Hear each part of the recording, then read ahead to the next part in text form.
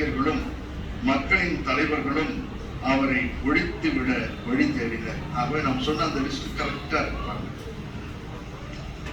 தலைமை குருக்களும் மறைநூல் அறிஞர்களும் மக்களின் தலைவர்களும் அவரை ஒழித்துவிட வேண்டும் என்று வழி தேடினர்.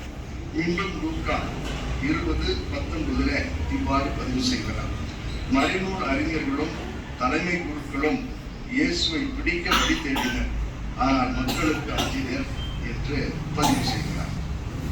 இதை இன்னும் அழகாக யோவான் மிக தெளிவாக நமக்கு சொல்லுகிறார்.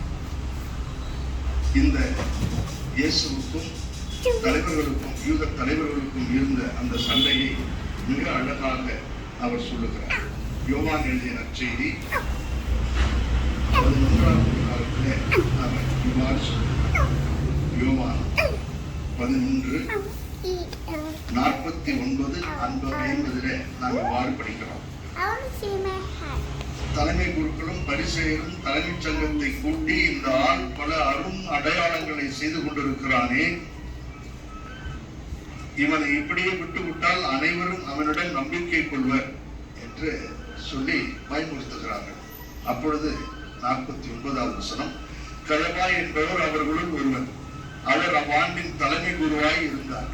அவர் அவர்களிடம், உங்களுக்கு ஒன்றும் தெரியவில்லை, இனம் முழுவதும் அழிந்து போவதை விட ஒரு மனிதன் மட்டும் மக்களுக்காக இறப்பது நல்லது என்பதை நீங்கள் உணரவில்லை என்று சொன்னார். ஆகவே கொள்ள வேண்டும் என்பதிலே அவர்கள் தீவிரமாக சதித்திட்டத்தை சிறிது சிறிதாக தெளிவாக கொண்டு வந்து இறுதியிலே இந்த தலைமை குருவின் வாயிலாக பேசினார் என்று நாம் பார்க்கிறோம்.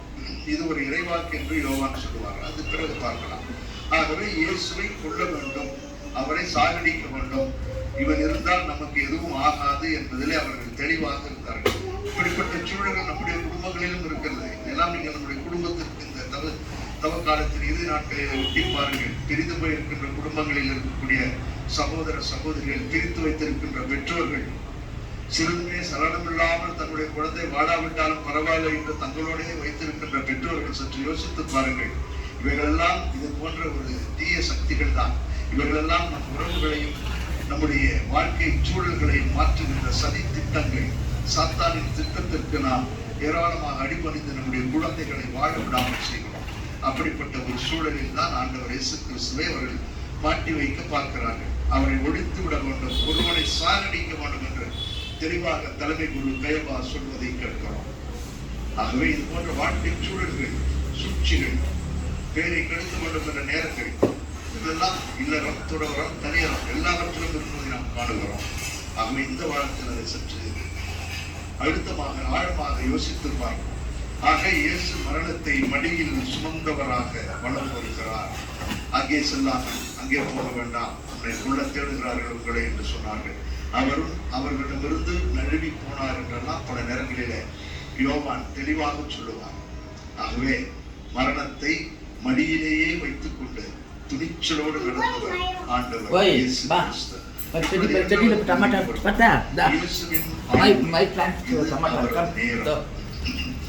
ஒருபுறம் மரணத்தை மடியில் சுமந்தவராக வலம் வந்தாலும் தமது மரணத்தை பற்றி 3 முறை அவர் பகிரங்கமாகவே பேசுகிறார்.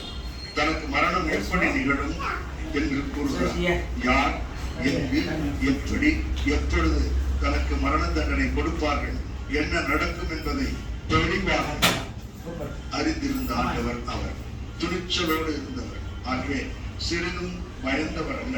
யோவான் எழுதிய நற்செய்தி 10வது அதிகாரம் 17-18 நாம் இவ்வாறு படிக்கிறோம். யோவான் 10:17-18 ஏனெனில் நான் என் உயிரை கொடுக்கிறேன், அதை மீண்டும் பெற்றுக்கொள்ளவே கொடுக்கிறேன். என் உயிரை என்னிடமிருந்து யாரும் பறித்துக் கொள்வது இல்லை. தெளிவாக சொல்லுகிறார். என்னிடமிருந்து என்னுடைய உயிரை யாரும் எடுக்க முடியாது, பறிக்க முடியாது, பறித்துக் கொள்வதில்லை. நானாகவே அதை கொடுக்கிறேன். உயிரை கொடுக்கவும் எனக்கு அதிகாரம் உண்டு, அதை மீண்டும் பெற்றுக்கொள்ளவும் எனக்கு அதிகாரம் உண்டு. என் தந்தையின் கட்டளையின்படியே இப்படி செய்கிறேன் என்று தெளிவாக தன்னுடைய மரணம் என்பது தானாக விரும்பி வேண்டுமென்றே தன்னுடைய மக்களுக்கு கொடுப்பதாக, வீட்டுக்கு கொடுப்பதாக ஆண்டவர் சொல்லுகிறார். பயந்தவர் அல்ல, ஓடி ஒளிந்தவர் அல்ல, வேண்டாம் என்று சொன்னவர் அல்ல, முடியாது என்று ஒரு நாளும் அவர் சொன்னதில்லை. ஆகவே ஆண்டவர் நமக்கு சொல்லித் தருகின்ற பாடம், வாழ்க்கையை எதிர்நோக்குவோம், வாழ்க்கையை எதிர் சவாலை ஏற்றுக்கொள்வோம், வாழ முடியும் என்று வாழ கற்றுத்தருகின்ற அருமையான சூழல், அருமையான வாரம் இந்த வாரம். ஆகவே யோவான் எழுதிய நற்செய்தியின்படி தானாக முன்வந்து தன் உயிரை மீட்புக்காக தருவதாக நாம் பார்க்கிறோம். இதைத்தான் இன்றைய 2வது வாசகத்திலே புனித பவுலடியார் மிக அழகாக சொல்லுகிறார். தெரிந்தே, அறிந்தே, பயமின்றி, கவலையின்றி, வருத்தமின்றி, மகிழ்ச்சியுடன் கடவுள் தன்மையில் இருந்த அவர் சிலுவை சாவை ஏற்கின்ற அளவிற்கு தன்னையே தாழ்த்தி கொண்டது மட்டுமில்லை, தன்னையே இழந்து விடுவதாகவும் அந்த கிரீக் மூலம் சொல்லுகிறது.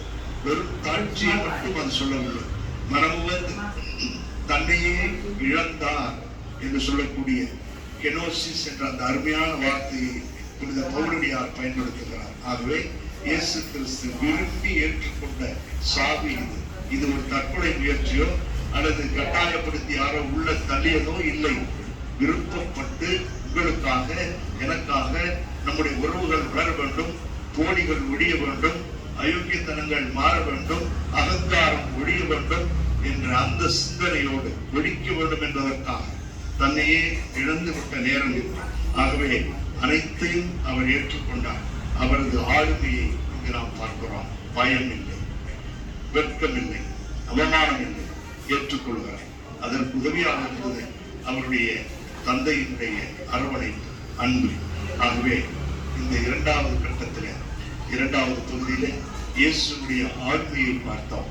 அந்த ஆளுமை நம்மை வழிநடத்த வேண்டும், அந்த ஆளுமை நம்மை உற்சாகப்படுத்த வேண்டும், அந்த ஆளுமை நம்மை ஊக்கப்படுத்தி நம்மை வளர்க்க வேண்டும், வாழ வைக்க வேண்டும். இப்பொழுது 3வது தொகுதிக்கு செல்கிறோம்.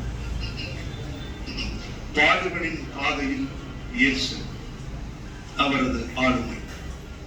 ஒருவர் காட்டிக் கொடுத்தார், ஒருவர் மறுதளித்தார். வாருங்கள் நாமும் செல்வோம், அவரோடு சாவோம் என்று சொன்ன சீடர் எங்கிருக்கிறார் என்று தெரியவில்லை. இடப்புறம் ஒருவரும் வலப்புறம் ஒருவருமாக உங்களுடைய அரசியலை உட்கார வேண்டும் என்று வாதாடிய ஜெபதேயுவின் மக்கள் எங்கிருக்கிறார்கள் என்றே தெரியவில்லை. இப்படி இயேசு தனிமையாக்கப்பட்டார். தனிமையில் இருந்தாலும் அவர் வாய்விட்டு ஒரு நாளும் யாரையும் எப்பொழுதும் சபிக்கவில்லை. எதையும் நடந்த நிகழ்வுகளை ஏற்றுக்கொள்ள மாட்டேன் என்று சொல்லவில்லை. ஆனால் யோபு புத்தகத்தில்